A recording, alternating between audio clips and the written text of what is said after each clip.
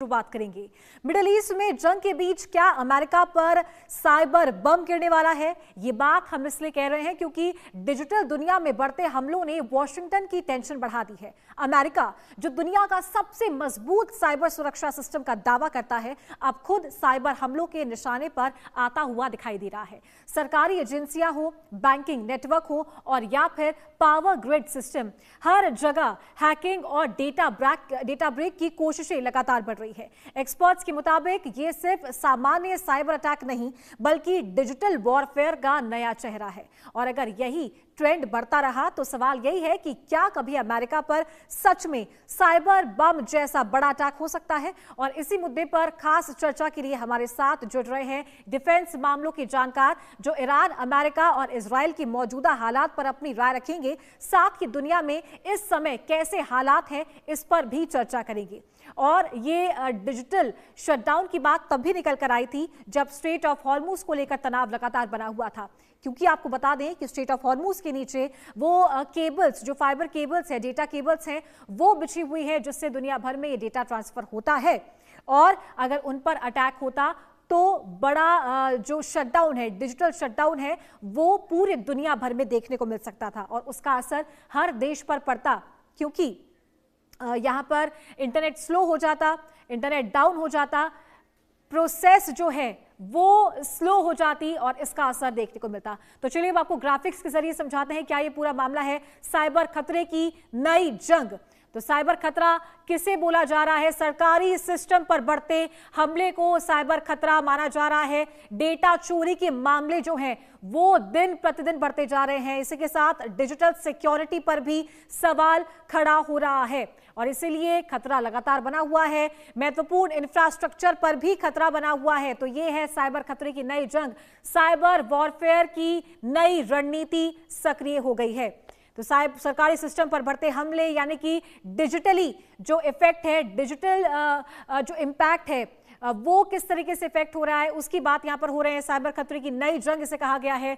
Digital security पर बड़ा सवाल उठ रहा है और इसीलिए अमेरिका में स्थिति लगातार देखने को मिल रही है। फिर चाहे से वो बैंकिंग नेटवर्क हो, चाहे से वो पावर ग्रिड हो, डिफेंस हो, कम्युनिकेशन हो, एयर ट्रैफिक और एविएशन सिस्टम, हेल्थ केयर और इमरजेंसी सर्विस सिस्टम भी इसमें लगातार आ रही हैं और इन पर भी खतरा जो है वो मंडराता हुआ नजर आ रहा है। तो चलिए अब आपको बताते हैं कि कौन कौन से वो सेक्टर्स ऐसे हैं जिन पर जो खतरा है वो लगातार बना हुआ है। और सबसे पहले बात करते हैं बैंकिंग नेटवर्क। ये इतना बड़ा और वास्ट नेटवर्क है कि इतना डेटा बैंक्स का जो है, हर यूजर का है, वो यहाँ पर आता है। फिर बात करते हैं पावर ग्रिड की, इस पर भी लगातार खतरा बना हुआ है। फिर बात करते हैं डिफेंस कम्युनिकेशन की, ये एक महत्वपूर्ण और काफी इंपॉर्टेंट फैक्टर है। साथ ही आगे बढ़ते हैं एयर ट्रैफिक और एविएशन सिस्टम की, वो भी इससे इफेक्ट होगा।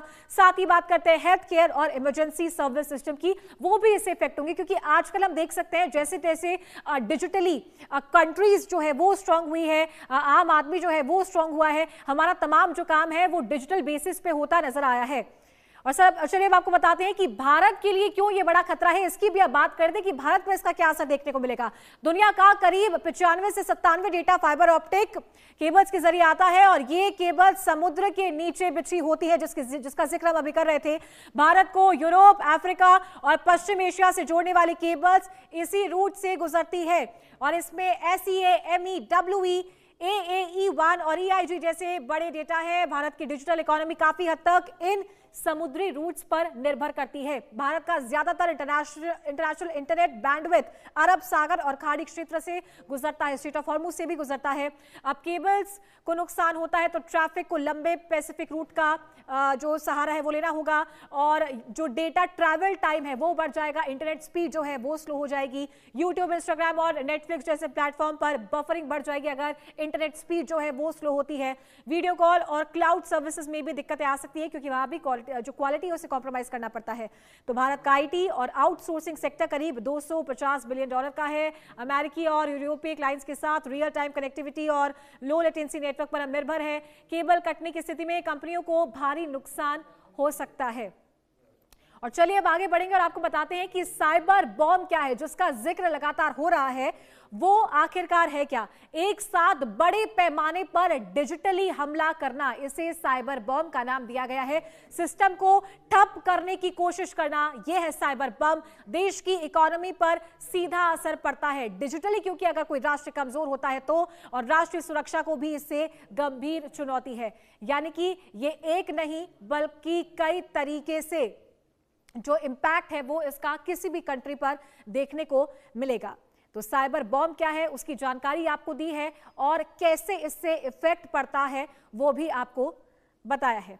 तो चलिए इस खास मुद्दे पर आज चर्चा करेंगे। हमारे साथ कुछ मेहमान भी जुड़ गए हैं, उनका इंट्रोडक्शन आपसे करवा देते हैं। कर्नल JS सोडी रिटायर्ड हमारे साथ डिफेंस एक्सपर्ट जुड़ रहे हैं। सर बहुत स्वागत है आपका। और साइबर एक्सपर्ट है ऋषिपाल सिंह, सर आपका भी बहुत बहुत स्वागत है इंडिया न्यूज पर। तो सबसे पहले ऋषिपाल सिंह जी, मैं आपका रुख करना चाहूंगी कि आप बताएं दर्शकों की जानकारी के लिए कि आखिरकार ये साइबर बॉम्ब है क्या।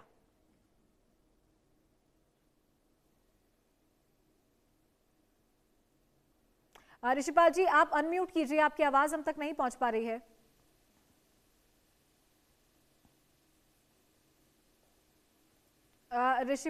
ऋषिपाल जी आपकी आवाज हम तक नहीं पहुंच पा रही है, आप उसको अनम्यूट कीजिए।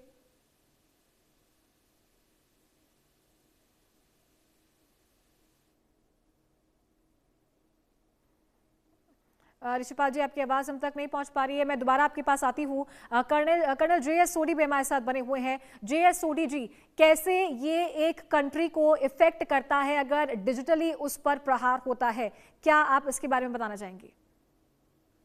जय हिंद चारू जी। जी, ये मेरा सौभाग्य कि मैं आपके न्यूज चैनल पर हूँ विख्यात को पैनलिस्ट के साथ। 17 जनवरी 1999 को एक किताब लिखी गई थी जिसका शीर्षक था unrestricted warfare, China's master plan to destroy America. ये चीनी सेना के 2 कर्नल ने लिखी थी। इस किताब को अगर मैं एक लाइन में संक्षेप करना चाहूं तो वो ये है कि कोई भी चीज जो वेपनाइज हो सकती है वो वेपनाइज होगी। यानी किसी चीज का आधुनिक जमाने में हथियार बनाया जा सकता है तो उसका हथियार बनाया जाएगा। 2 साल बाद 2001 में अमेरिका ने फुल स्पेक्ट्रम ऑपरेशन डॉक्ट्रिन का ऐलान किया, जिसके तहत यह कहा गया कि दुनिया की आधुनिक जो जंगें होंगी अब वो 6 डोमेन्स में लड़ी जाएंगी। 2001 से पहले माना जाता था कि दुनिया की जंगें 3 ही डोमेन में लड़ी जाएंगी, जमीन, आसमान और समुंदर। लेकिन 2001 के नए डॉक्ट्रिन में आ गया कि 6 डोमेन होंगे, जमीन, आसमान, समंदर, साइबर, इलेक्ट्रोमैग्नेटिक स्पेक्ट्रम और स्पेस। यहां पे साइबर का महत्व आना शुरू हुआ क्योंकि जैसे जैसे साल प्रति साल बीते गए, हर देश का व्यापार हो, सैनिक गतिविधियां हो, सारे इंटरनेट या इंट्रानेट पे आने लगी और उसके लिए इंटरनेट केबल्स का होना बहुत जरूरी था। जैसे आपने सही बताया कि भारत की अधिकतम इंटरनेट केबल्स रेड सी या स्विस कैनाल के जरिए आती हैं और हमारा 75% जो इंटरनेट ट्रैफिक है वो बॉम्बे से आता है देश के लिए और 25% आता है चेन्नई से पूरे देश के लिए। अब क्योंकि साइबर या इंटरनेट भी आधुनिक युद्धों का एक अंग बन चुका है, तो जो भी दुश्मन होते हैं वो कोशिश करते हैं कि जिस देश पे वो हमला कर रहे हैं उस देश का वो पूरा इंटरनेट कनेक्शन कट कर दें, ताकि उससे क्या होगा कि ना तो सिर्फ उनकी सैनिक गतिविधियों में रोक आएगी, बल्कि जो आम आदमी के जीवन के लिए चीजें हैं, जैसे हवाई से ट्रैवल करना, जैसे इंटरनेट बैंकिंग है, जैसे पावर ग्रिड है, ये सारा कोलैप्स हो जाएगा। और जब ये कोलैप्स हो जाएगा उस देश के अंदर हाहाकार तहलका मच जाएगा और तब जमीन से या हवाई हमले करने में आसानी होगी, क्योंकि देश के नागरिक जब तिल मिला के दाएं बाएं भागेंगे उस वक्त उनकी सेना उनको रोकेगी, उनकी पुलिस उनको रोकेगी, या अंदरूनी दिक्कतों को देखेगी या बाहर के दुश्मनों से लड़ेगी। तो ये पूरा जो सिचुएशन है ये काफी गंभीर है। और जिस तरह से अभी युद्ध का विराम तो हो गया है, लेकिन अब दुनिया के दिग्गज देशों को यह भी पहल करनी चाहिए कि जो ये इंटरनेट अंडर सी केबल्स हैं इनके सुरक्षा के लिए कोई अंतर्राष्ट्रीय कानून लाना चाहिए और अंतर्राष्ट्रीय संगठन जैसे संयुक्त राष्ट्र है इनको और ताकत देनी चाहिए, ताकि दोबारा ऐसा ना हो जैसे हमने देखा स्ट्रेट ऑफ हॉर्मुज में जब ईरान ने पूरा कब्जा कर लिया तो दुनिया में तेल और गैस के लिए हाहाकार मच गया। अगले युद्ध में यह ना हो कि इंटरनेट केबल्स को कोई काट दे और उसके बाद देशों के अंदर ही अंदरूनी हालत बहुत खराब हो जाए। ठीक है, आप दोनों मेरे साथ बने रहिए। इस बीच एक बड़ी खबर आ रही है, उसका रुख कर लेते हैं। पहले सीज फायर के बीच ईरान ने बड़ा बयान दिया है। हॉर्मुज से 2 हफ्ते तक आवाजाही जारी रहेगी। यूएस हमला नहीं करेगा तो हम भी नहीं करेंगे। 2 हफ्ते के लिए हॉर्मुज खोलना संभव है, आरागची ने कहा। तो हॉर्मुज के लिए सेना से बात करेंगे। तो सीज फायर के बाद ईरान का यह बड़ा बयान सामने आया है और कहा है साफ कि अगर अमेरिका हमला नहीं करता है तो हम भी हमला नहीं करेंगे। हॉर्मुज के लिए सेना से बात करेंगे। विदेश मंत्री अब्बास अरागची का यह बयान सामने आया है। और चलिए चर्चा को आगे बढ़ाते हैं। हमारे साथ साइबर एक्सपर्ट है ऋषिपाल जी। ऋषिपाल जी, जानना चाहूंगी आपसे कि अमेरिका में ऐसी स्थिति क्यों बढ़ती जा रही है, क्यों जो डेटा है उस पर अटैक हो रहा है और क्या इसके पीछे वजह मानी जा सकती है? देखिए, जैसे हम जानते हैं जो अमेरिकन इकोनॉमी है वो वर्ल्ड में सबसे बेस्ट इकोनॉमी है, सबसे बड़ी इकोनॉमी है। और वो जो जितनी बड़ी इकोनॉमी है वो उसमें बहुत हद तक इकोनॉमी वो पूरा इंटरनेट पे बेस्ड इकोनॉमी है। उस इकोनॉमी के अंदर अगर वर्ल्ड में देखा जाए तो सबसे ज्यादा जो बड़ी कंपनीज है, आईटी कंपनीज है, वो अमेरिका में स्टैब्लिश्ड है। नेचुरली जो ऐसी स्थिति में जो उनका डाटा है, जो उनकी क्लाउड सर्विसेज है और जो बाकी चीज है, वो सारी की सारी अगर कहीं पर अगर अटैक होता है या कहीं पर कोई चीज अमेरिकन आईटी सेक्टर डिस्टर्ब होता है तो वो डिस्टर्बेंस जो है पूरे वर्ल्ड के लिए है। अभी जैसे सोडी साहब बात कर रहे थे कि जो इंटरनेट के सर्विसेज है, जिन सर्विसेज को आगे एक्सपेंड करने के लिए जो केबल्स बिछाई जाती है, उन केबल्स पे भी आप देखेंगे जो जितनी जो अमेरिकन कंपनीज है, बड़ी बड़ी अमेरिकन कंपनीज का उसमें हाथ रहा है और उन्होंने ये केबल्स को बिछाया है। लेकिन अभी भी जो हमारा पैसिफिक वाला रूट है उसमें बहुत कम केबल्स है, तो हमारे पास ऑल्टरनेटिव रूट नहीं है। हमें यही इन रूटों को कैसे ना कैसे करके इनको बचाना पड़ेगा।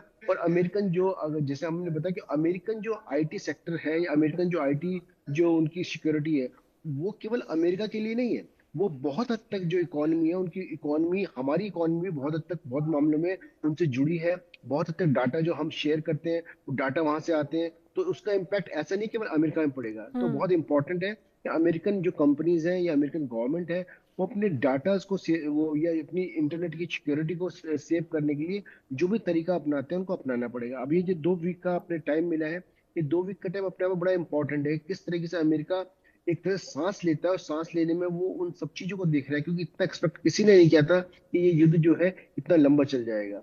तो अब इम्पोर्टेंट अमेरिका के लिए किस तरीके से इस युद्ध से वो बाहर निकलता है और किस तरह से जो ईरान के साथ होना है, ईरान को किस तरह से बैकअप प्लान है वो अलग बात है, कैसे देश दोबारा खड़ा होगा एक अलग सिस्टम है।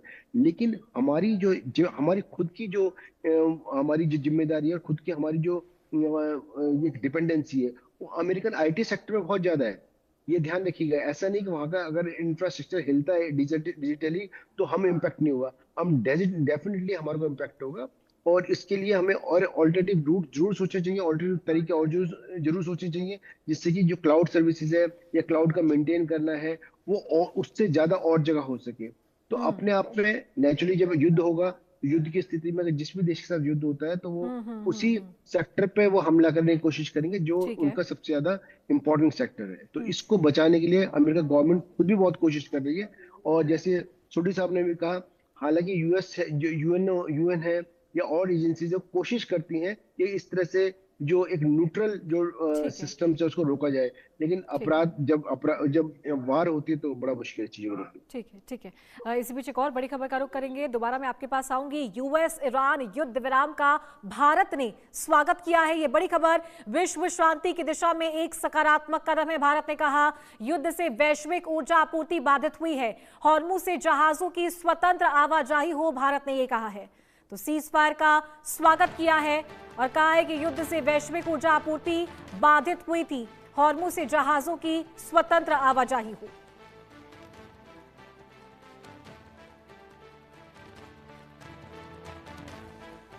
तो चलिए चर्चा को आगे बढ़ाएंगे। कर्नल जे एस सोडी जी, मैं आपके पास आना चाहूंगी। किस तरीके से ये जो चीज़ें हैं ये इफेक्ट कर रही है अमेरिका को, क्योंकि अगर कान सीधी तरफ से नहीं पकड़ा जा सकता तो घुमा के उसे पकड़ा जाए। क्या ईरान और इजराइल ये जो वॉर चल रहा है उसी का इम्पैक्ट है जो अब अमेरिका में हो रहा है, क्योंकि चर्चा लगातार इसी बात की है और इसीलिए वहां पर ये साइबर अटैक हुआ है बड़ी बड़ी कंपनीज है, क्योंकि सब जानते हैं कि अमेरिका कितना स्ट्रांग है डिजिटली और टेक्नोलॉजी के आधार पर भी। बिल्कुल चारू जी, इसमें तो कोई शक नहीं है कि देखिए, जब किसी देश के साथ जंग होती है, जंग जैसे हालात होते हैं, तो जैसे प्रसिद्ध कहावत है कि जंग में सब जायज है, चाहे जंग हो चाहे जंग जैसे हालात हो। आफ्टर ऑल अमेरिका और इजराइल ने भी तो ईरान में पिछले 47 साल से अपनी हरकतें बंद नहीं की हैं। वो भी आए गए दिन वहां पे किसी ना किसी आर्मी के जनरल या किसी ना किसी साइंटिस्ट को मारते रहते थे। तो ये ईरान भी कर रहा है, और इस चीज को पूरी तरह अंत खत्म करने का एक ही तरीका है जो भारत भी 1947 से कहता है, टू स्टेट सोल्यूशन। जब तक फिलिस्तीन और इजराइल के बीच में टू स्टेट सोल्यूशन नहीं होगा, मिडिल ईस्ट में कभी शांति नहीं हो सकती। 1922 में अमेरिकी सरकार ने एक कमीशन बिठाया था जिसका नाम था king crane commission. King crane commission ने जब 1922 में अपनी रिपोर्ट सबमिट की, उसमें साफ लिखा था अगर इजराइल एक देश बनता है तो मिडिल ईस्ट कभी शांति नहीं देखेगा, वहां लगातार युद्ध रहेंगे। इजराइल 14 मई 1948 को देश बना, तब से आप देखिए 1948 से लेकर आज हम 2026 में ऐसा कोई साल नहीं होता, ऐसा कोई दिन नहीं होता जब मिडिल ईस्ट में तनाव नहीं होता है। तो डेफिनेटली जब तक ये टू स्टेट सोल्यूशन की कार्रवाई नहीं होगी और अमेरिका इजराइल बाज नहीं आएंगे, ईरान तो बाज आएगा नहीं। तो इसके लिए जो यूनाइटेड नेशंस रेजोल्यूशन भी 262 कहता है टू स्टेट सोल्यूशन होना चाहिए, भारत भी इस चीज का 1947 से पूरी तरह से समर्थन करता है। तो इस चीज को खत्म करने का एक ही रास्ता है, वो है टू स्टेट सोल्यूशन। अन्यथा अमेरिका इजराइल भी अपने हरकतों से बाज नहीं आएंगे। बेशक पूर्ण युद्ध ना करें, लेकिन कोई ना कोई गतिविधियां वहां करते रहेंगे, ईरान भी करता रहेगा। और जैसे अब इंटरनेट की केबलें, इंटरनेट का सिस्टम इनकी आंखों में आ गया है, तो वो दिन ज्यादा दूर नहीं है जब ईरान ये पूरे इंटरनेट केबल काट देगा और उससे अमेरिका की अर्थव्यवस्था में बहुत प्रभाव आएगा। चलिए ठीक है सर, समय का अभाव है। एक छोटा सा सवाल है मेरा ऋषिपाल जी आपसे कि क्या अब ये जो साइबर वॉरफेयर है ये ट्रेडिशनल जो वॉर है उससे ज़्यादा डेंजरस हो चुका है, क्योंकि ये तो बॉर्डर्स की लड़ाई है या, लेकिन पर ये जो लड़ाई है ये इंटरनली काफ़ी ज़्यादा इफेक्ट करने वाली है? एक छोटा सा जवाब। नहीं, निश्चित रूप से जो साइबर वॉरफेयर है वो एक ट्रेडिशनल वॉरफेयर से ज्यादा खतरनाक है, क्योंकि साइबर वॉरफेयर का इम्पैक्ट जो है वो किसी एक देश, एक पर्टिकुलर रीजन तक नहीं है। उसका इम्पैक्ट जो है एक बहुत बड़े क्षेत्र में पड़ता है और उसका इम्पैक्ट बहुत समय तक रहता है, क्योंकि वो सारी सुविधाएं जो सेवाएं होती हैं वो बाधित होती हैं जो साइबर सिक्योरिटी पे, साइबर पे, इंटरनेट पे जनरेटेड होती है। चलिए ठीक है, बहुत शुक्रिया कर्नल जे सोडी जी आपका भी और ऋषिपाल सिंह जी आप दोनों का हमारे साथ जुड़ने के लिए और इस चर्चा में ये महत्वपूर्ण जानकारी देने के लिए।